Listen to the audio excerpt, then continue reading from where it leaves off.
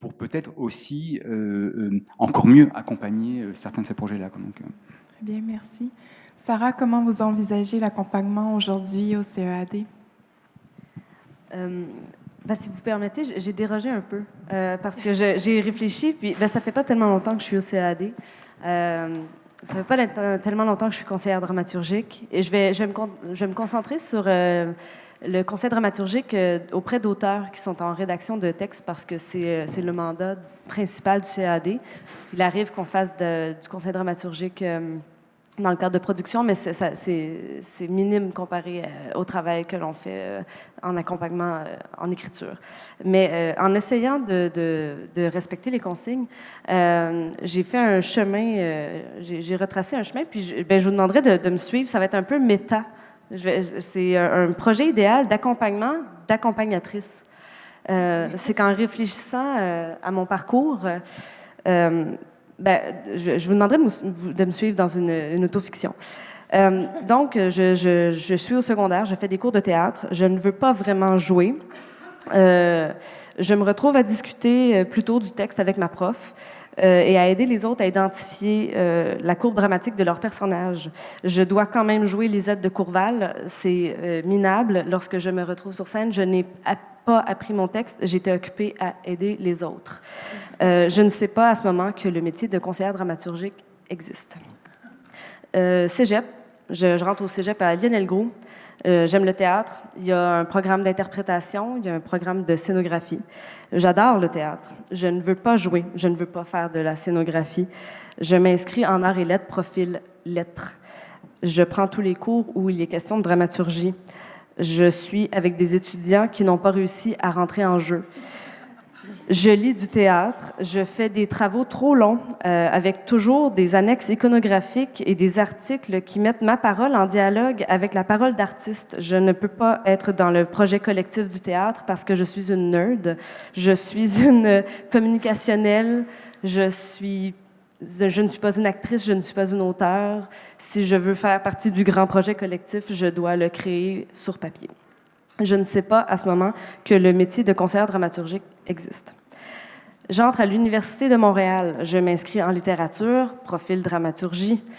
Dès le premier cours du bac, on nous fait comprendre que nous serons les enseignants de demain. Au cégep ou à l'université, préférablement à l'Université de Montréal. Sur quoi portera votre maîtrise, mademoiselle Dion? Si vous êtes ici, c'est que vous êtes une intellectuelle. J'imagine que ça veut dire versus une créatrice. Je prends tous les cours de dramaturgie, d'histoire de l'art. J'essaie d'éviter les autres cours de littérature. Je me mens à moi-même. Je suis avec des étudiants qui n'ont pas été acceptés en écriture dramatique. J'ai un cours d'écriture, de création avec Stéphane Martelly. J'aime écrire, mais j'aime surtout passer 2 heures dans le corridor après avec un collègue de classe pour lui parler de son texte. Je gagne une bourse de création pour un texte dramatique. J'ai écrit un texte de théâtre qui parle de quelqu'un qui aide quelqu'un à écrire un texte de théâtre. Je ne sais pas à ce moment que le métier de conseillère dramaturgique existe. Je fais le grand saut. Je m'inscris en études théâtrales à l'École supérieure de théâtre de l'UQAM. Je suis avec des gens qui n'ont pas réussi à rentrer en jeu, qui aimeraient ça être metteur en scène ou auteur. Je remets toujours des travaux trop longs avec une iconographie et maintenant des entrevues que j'ai moi-même réalisées auprès des artistes, idéalement à propos d'un projet qu'ils n'ont pas encore fait, le prochain, mettons, que je mets en annexe. Je dévore les cours d'histoire, de technique scénique, je suis tous les cours de corpus. Je ne fais pas mes cours de première année pour prendre plus de cours de corpus. Je me retrouve à la fin du bac et il me manque mes cours de première année. Je ne peux pas graduer. En 2e année de bac, j'ai un cours intitulé « Le conseiller à la dramaturgie ». C'est pas juste pour les garçons, mais ça s'appelle comme ça. Stéphane Lépine, ancien conseiller à la dramaturgie de Brigitte Hankins, donne le cours. Paul Lefebvre, conseiller à la dramaturgie au Centre des auteurs dramaturgiques et au Centre des auteurs dramatiques, est invité à venir nous parler. Je sais maintenant que le métier de conseillère dramaturgique existe. je décide que quand je vais être grande, je vais faire ça. J'ai déjà 25 ans, mais ça, je le dis à tout le monde. Et mes profs me répondent, « Ah, t'es cute, ce métier-là n'existe pas. » Je sais maintenant que le métier de conseillère dramaturgique existe pas vraiment. Je rédige des cahiers d'accompagnement dramaturgique pour Espace Go et le Centre du théâtre d'aujourd'hui. Je commence à faire de l'accompagnement dramaturgique bénévole auprès de Guillaume Corbeil pour sa prochaine pièce. Je travaille au Théâtre de l'Opsis comme conseillère dramaturgique de prod et rédactrice du cahier d'accompagnement dramaturgique. Je tombe sur un appel de l'école d'été du CEAD. L'un des groupes est ouvert aux metteurs en scène et aux conseillers à la dramaturgie. La personne qui a pensé à l'école d'été du CEAD, c'est Elisabeth Bourget, conseillère dramaturgique. Je me dis, merde, ça existe, conseiller à la dramaturgie. J'ai reçu un courriel de Nicole Doucet qui m'a dit, Elisabeth Bourget t'a recommandé pour remplacer au CEAD comme chargée de production. Je l'ai fait pendant 1 an.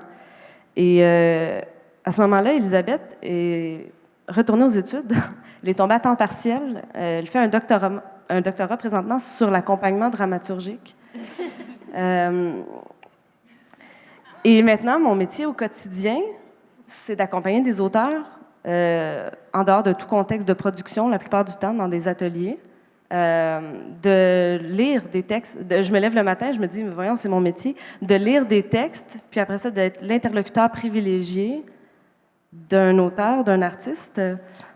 Et le jour où je me sentirai plus privilégiée de le faire, je vais arrêter, je pense. Et puis, en dehors de ça, du fait que je le pratique maintenant, j'ai trouvé leur repère au conseiller à la dramaturgie de texte. Ils sont 2. On est 3 maintenant au CEAD. Et là, ça m'a fait me poser... Et je bénéficie d'un mentorat, pas juste sur l'accompagnement, mais sur pourquoi accompagner, réfléchir ce qu'on est en train de faire, réfléchir à comment on accompagne, c'est quoi les prochains défis de l'accompagnement dramaturgique, évidemment tourner vers l'écriture de plateau aussi, vers la scène, mais aussi le texte, et de se développer des méthodes et des moyens. Et ça a soulevé tellement de questions. Tout ce parcours-là, je l'ai refait en réfléchissant à ta question, puis je me suis dit, ça veut dire que c'est pas considéré comme un métier, ou en tout cas, c'est quelque chose qui est encore... Ça soulève la question du statut de ce métier-là. La plupart du temps, les conseillers à la dramaturgie sur des productions, quand il y en a un, c'est quelqu'un qui est... soit qui n'est pas rémunéré, souvent, mais c'est aussi quelqu'un qui a dû aboutir là avec le fruit du hasard. C'est souvent un artiste. C'est important que ce soit un autre métier pour les artistes.